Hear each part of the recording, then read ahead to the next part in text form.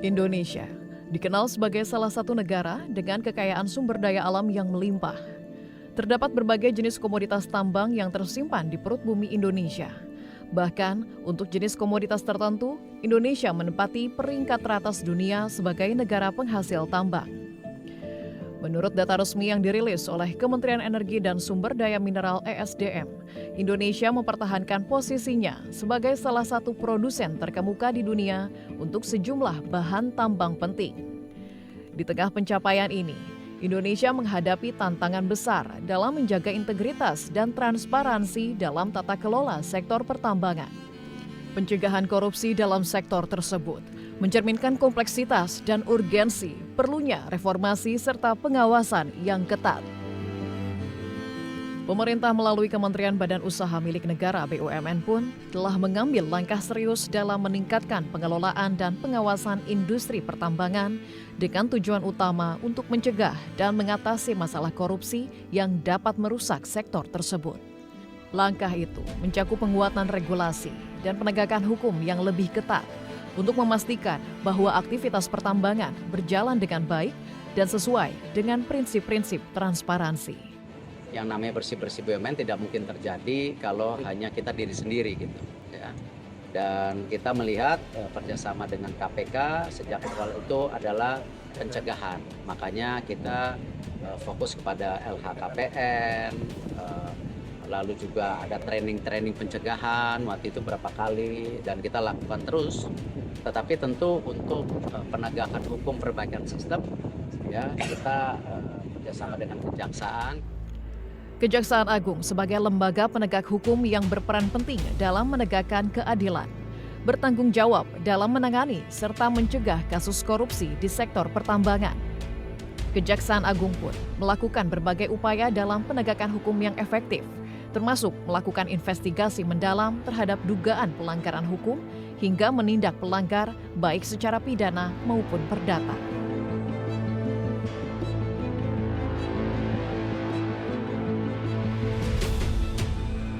Upaya kita adalah melakukan pembenahan terhadap para pelaku tambang itu sendiri, karena bagaimanapun juga kita tidak bisa hidup tanpa mereka.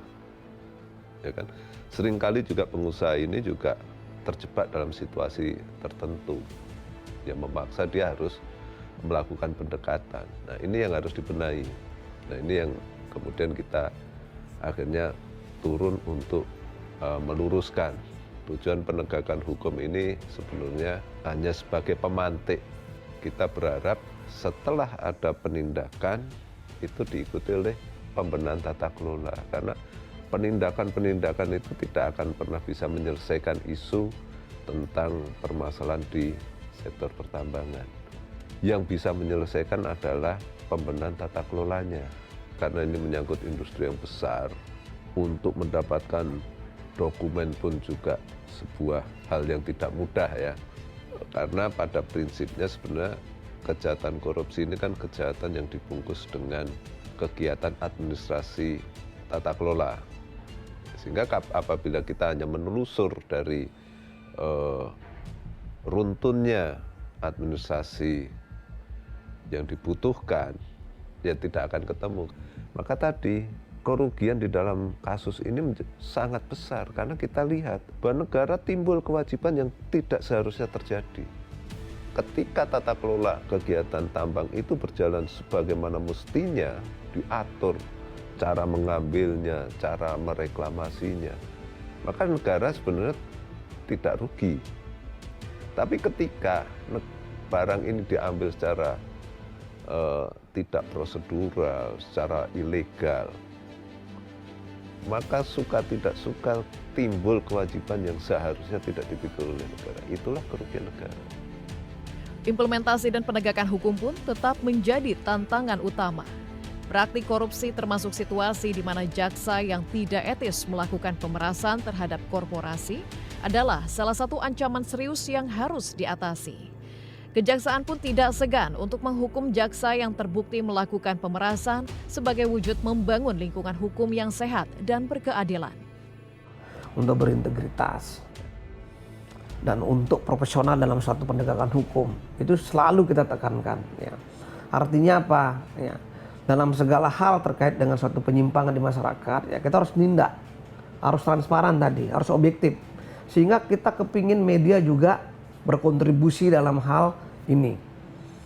Harus juga berkontribusi dalam membuka tadi. Kalau ada jaksa yang nakal, kita tindak. Dan Jaksa Agung sangat konsentrasi mengenai itu. Kita bahkan menerapkan zero toleran. Maksudnya apa? Sedikit pun pelanggaran kita tindak. Nggak ada ampun bagi mereka. Langkah-langkah tersebut menunjukkan komitmen yang kuat dalam melindungi kepentingan negara serta menegakkan supremasi hukum, termasuk kegiatan sosialisasi mengenai anti korupsi yang perlu ditanamkan sedari dini. Kita apresiasi ya dengan Kejaksaan Agung yang bisa mengungkap ya bahwa adanya korupsi-korupsi di sektor pertambangan. Namanya korupsi karena apa? Karena yang dirugikan adalah negara. Jadi itu sudah bagus sekali menjaga lingkungan hidup dan sebagainya, dan juga menekankan pada reklamasi. Ya, pada recovery untuk lingkungan yang telah rusak tersebut harus diperbaiki sehingga muncul angka-angka itu kan karena itu. Selain itu juga saya apresiasi juga kepada pemerintah melalui Kementerian BUMN-nya yang sudah mau bebenah, yang tentu harus didukung oleh kementerian-kementerian terkait, termasuk juga perizinan itu mulai dilihat gitu ya, karena memang kenyataannya Indonesia negara itu tidak cukup SDM-nya kalau untuk memberdayakan keadaan pertambangan Indonesia untuk kesejahteraan rakyat. Di Bangka Belitung, komitmen penanganan kasus korupsi mencerminkan tekad yang sungguh-sungguh dalam menjaga integritas dan keadilan di industri pertambangan.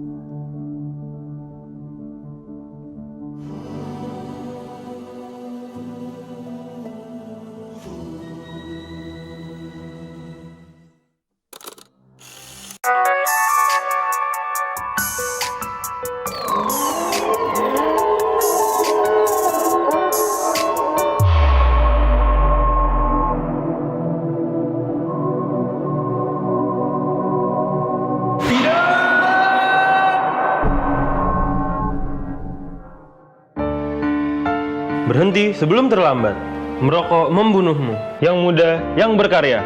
Kita keren tanpa asap rokok.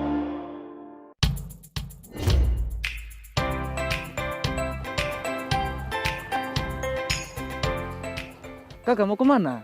Beta mau pergi kampus, hanya ojek son ada nih. Oh, nah kebetulan beta ini driver gonceng. Hanya kakak sudah ada aplikasi gonceng kok belum? Aduh, beta belum download. Itu dia belum download di mana kakak? Dia cara download ke mana? Nah, ada cara download gampang kakak. Sini beta kasih tahu.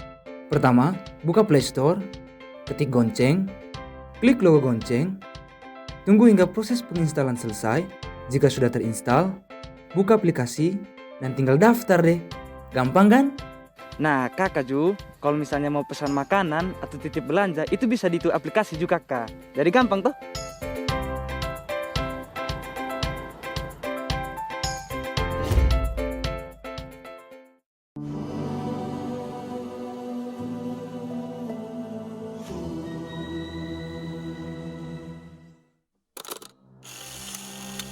Kasus korupsi dalam industri pertambangan timah telah menjadi sorotan utama belakangan ini. Skandal tersebut menyoroti praktik ilegal yang melibatkan beberapa perusahaan tambang yang diduga terlibat dalam pengelolaan yang tidak transparan dan menguntungkan pihak-pihak tertentu. Mega korupsi tata niaga komoditas timah setidaknya menyeret 22 tersangka dengan kerugian negara ditaksir mencapai 300 triliun rupiah. Peristiwa kontroversial ini tidak hanya berdampak pada kerugian finansial bagi negara, tetapi juga merusak lingkungan secara luas. Belum lagi dapat menghambat proses penegakan hukum dan meningkatkan aktivitas kriminal terkait pertambangan ilegal. Upaya yang dilakukan Kejaksaan Agung Bangka Belitung dalam mengatasi korupsi timah melibatkan berbagai langkah intensif.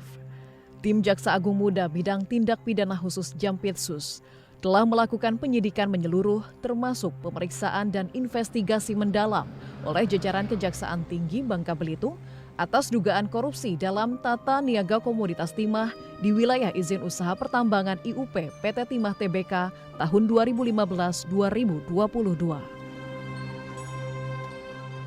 Memang urgensi dalam penanganan timah ini memang menurut kami itu sangat bagus, sangat perlu. Kenapa? boleh dikatakan sebelum ditangani secara serius dalam hal ini secara tindak pidana korupsi, hubungan antara produksi timah ya boleh dikatakan mungkin minim.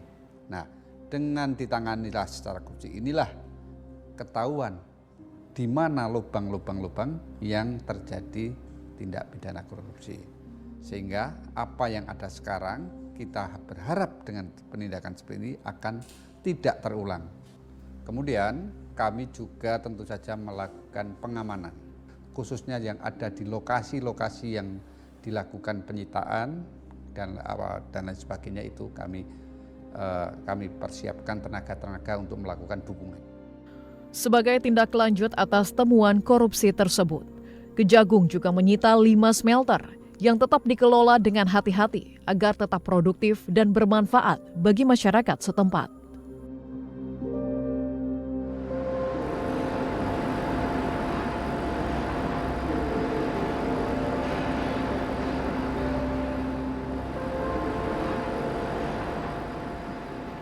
Di sisi lain, perusahaan tambang juga mengambil langkah-langkah proaktif dengan menerapkan kebijakan ketat dalam tata kelola perusahaan dan kepatuhan hukum, serta membangun budaya integritas yang kuat di seluruh organisasi.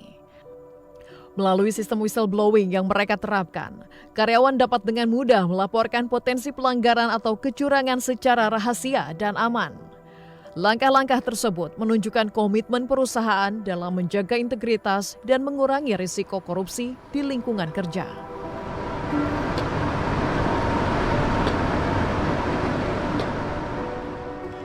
Ya, kita secara korporasi apresiasi lah kepada Kejaksaan Agung, karena terus terang penegakan hukum yang dilakukan oleh pihak Kejaksaan Agung ini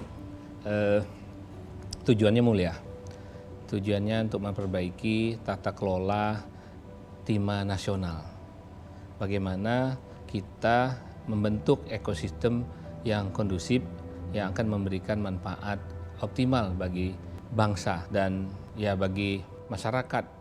Saat ini PT Timah sedang melakukan pembenahan di internal dan yang perlu kita lakukan adalah meningkatkan GCG yang selama ini memang sudah ada, tapi sekarang kita coba lebih tingkatkan bagaimana prosedur yang sudah ada kita evaluasi masih relevan nggak dengan kondisi saat ini, dan dalam melakukan bisnis ke depan kita selalu berpijak pada business judgment rule yang harus paling tidak minimal memenuhi kriteria 3 hal.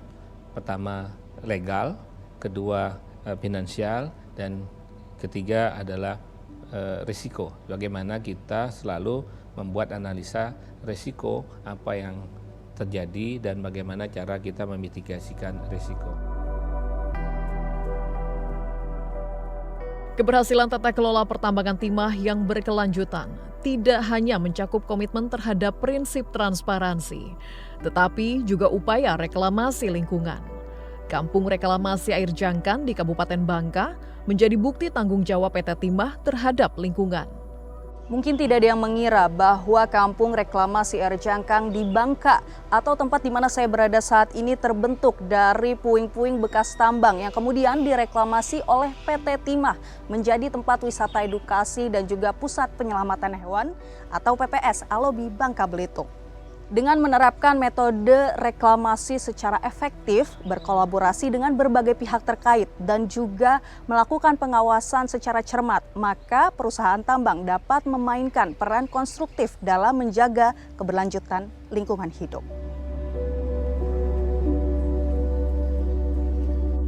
Pemerintah daerah percaya bahwa penegakan aturan yang ketat dan penangkapan terhadap para pelaku korupsi akan membuka jalan bagi perusahaan-perusahaan timah yang berintegritas untuk berkembang. Harapan besar tersemat pada efek positifnya bagi masyarakat. Kami pemerintah daerah mendukung apa yang dilakukan oleh aparat penegak hukum, terutama dari pihak Kejaksaan Agung, dalam rangka menegakkan aturan, kemudian menangkap para koruptor, sehingga nanti harapan kami tentunya tata kelola timah ini akan lebih baik.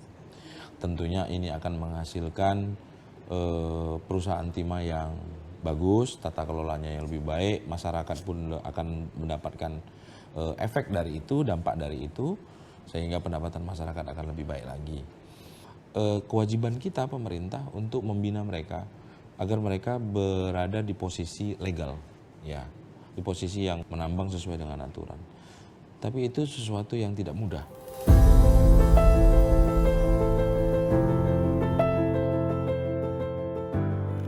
Dalam konteks sejarah, timah telah memainkan peran yang signifikan dalam berbagai aspek kehidupan di Bangka dan Indonesia secara luas.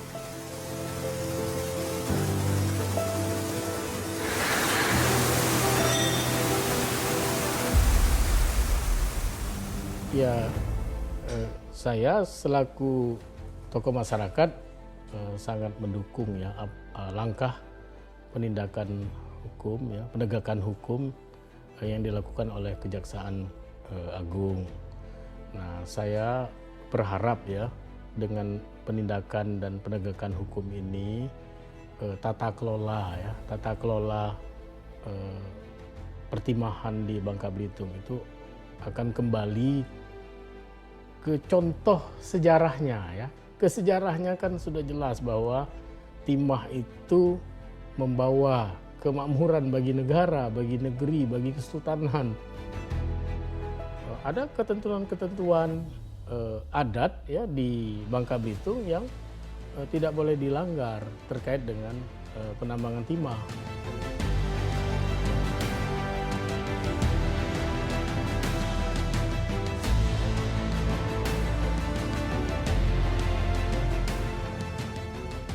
Upaya pencegahan korupsi dalam tata kelola produksi tambang tidak hanya melibatkan penerapan kebijakan dan peraturan yang ketat, tetapi juga membutuhkan komitmen yang kuat dari semua pemangku kepentingan, seperti halnya yang terdapat di Mandiodo, Sulawesi Tenggara.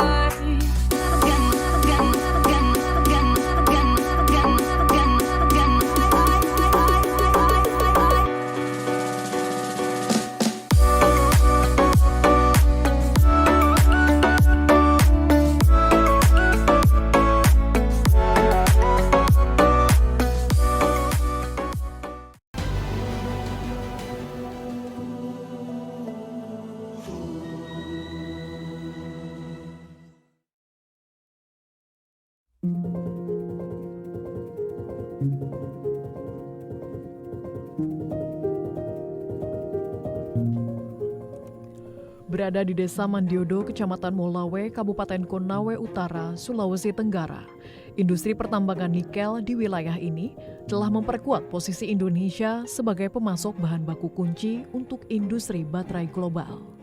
Di tahun 2023, Indonesia mencatat volume produksi nikel sebesar 1,8 juta metrik ton, menguasai setengah dari total produksi global. Angka tersebut menegaskan peran Indonesia sebagai pilar utama dalam rantai pasok dunia untuk pembangunan pabrik baterai bagi kendaraan listrik. Namun, keberhasilan Mandiodo sebagai salah satu pusat produksi nikel tidak terlepas dari tantangan. Kasus-kasus korupsi yang mengemuka telah mengungkapkan praktik ilegal oleh 11 kontraktor yang menambang di Mandiodo. Hal tersebut tidak hanya merugikan keuangan negara, tetapi juga mengancam lingkungan dan kesejahteraan masyarakat setempat. Lokasi pertambangan yang dulunya dimiliki oleh Antam di Mandiodo itu pun sebelumnya menuai sorotan setelah dijadikan barang bukti dan disita oleh kejaksaan.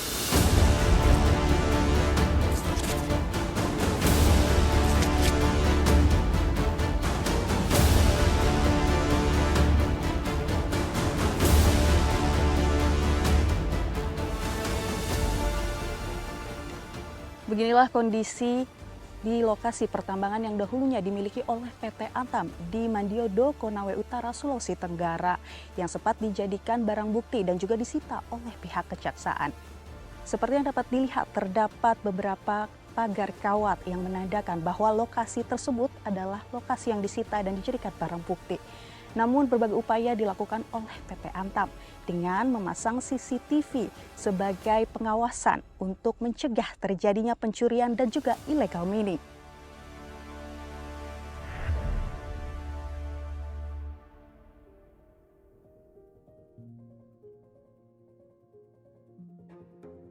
Dalam dunia pertambangan, seringkali terjadi kasus yang merugikan berbagai pihak. Salah satu contoh kasus yang menonjol adalah terkait dengan dokumen terbang. Kasus tersebut menimbulkan masalah serius dan menunjukkan adanya praktik ilegal yang merusak tata kelola pertambangan. Pihak kejaksaan memiliki peran penting dalam memantau dan mengevaluasi segala tindakan yang telah dilakukan untuk memperbaiki situasi tersebut. Jadi orang ngambil di IUP Antam, kemudian dia untuk mengeluarkan hasil nikel ini keluar pakai RKB-nya orang lain, kan gitu kan? Ya, prinsipnya itu. Orang lain, padahal orang lain itu harusnya melakukan produksi di tanahnya dia, di IUP dia, tapi enggak. Jadi kalau misalnya ada satu perusahaan yang tahu bahwa itu diambil oleh penambang ilegal, yang mestinya dilarang. Jadi ininya tata kelola itu coba dibikin tata kelola yang berintegritas intinya, tanpa konflik kepentingan, tanpa itu. Ya kejaksaan selalu memantau terkait monitoring, evaluasi lah terhadap apa yang sudah dilakukan. Dan sekarang kalau perkara kan belum inkrah juga. Ya, tapi sebenarnya pada prinsipnya keadilan kejaksaan itu pada suatu daerah, pada suatu tempat itu adalah untuk membantu, sebenarnya membantu pemerintah daerah, membantu Satgas-Sarker untuk lebih hati-hati dalam melakukan tugas-tugasnya. Makanya kalau kita dari secara nasional kan ada misalnya pengamanan pembangunan strategis dan pengawalan. Nah, ya, tapi pengawalan itu pun harus dilakukan dengan baik, kemudian SDM juga harus berintegritas dengan baik, ya, biar dampak dari itu tidak terjadi.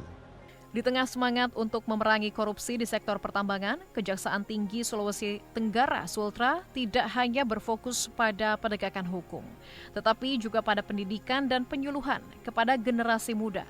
Upaya ini diwujudkan melalui program sosialisasi ke sekolah-sekolah menengah atas di wilayah Sultra, di mana para siswa dibekali dengan pemahaman mendalam mengenai bahaya korupsi dan pentingnya integritas dalam kehidupan bermasyarakat.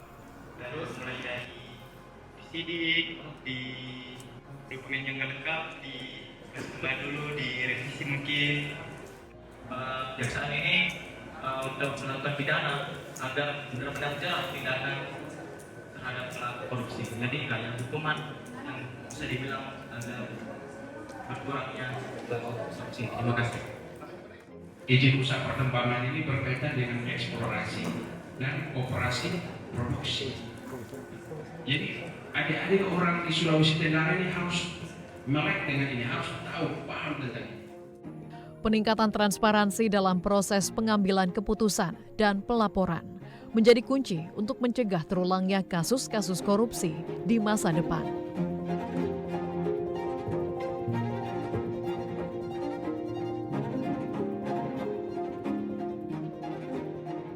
Jadi ada beberapa yang kami ada kewenangan di pemerintah daerah, kami sampaikan kepada perusahaan-perusahaan. Tolong supaya dalam memprogramkan pemberdaya PPM di perusahaan, tolong berkoordinasi dengan pemerintah daerah. Sehingga kita di dalam musyawarah perencanaan pembangunan musrenbang, itu perusahaan kami undang.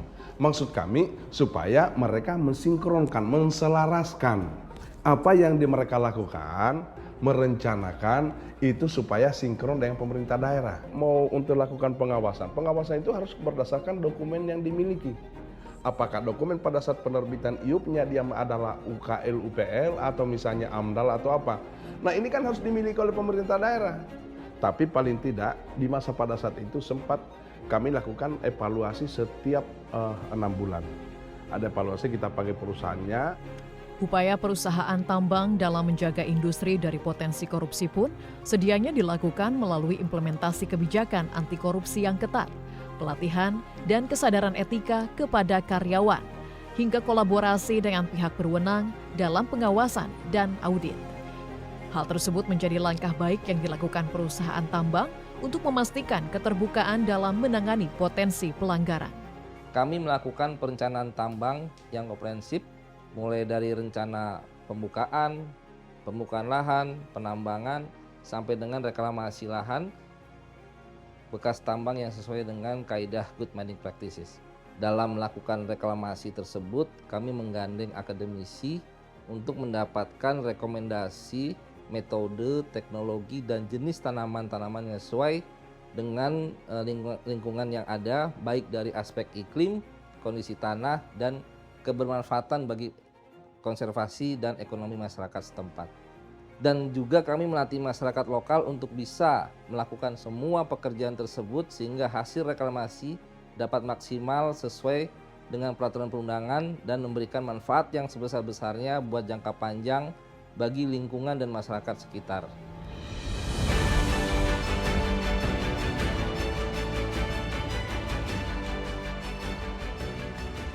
Komitmen kuat dari pemerintah daerah dan perusahaan tambang terhadap prinsip-prinsip transparansi semakin diutamakan untuk mencegah terjadinya kasus korupsi yang merugikan.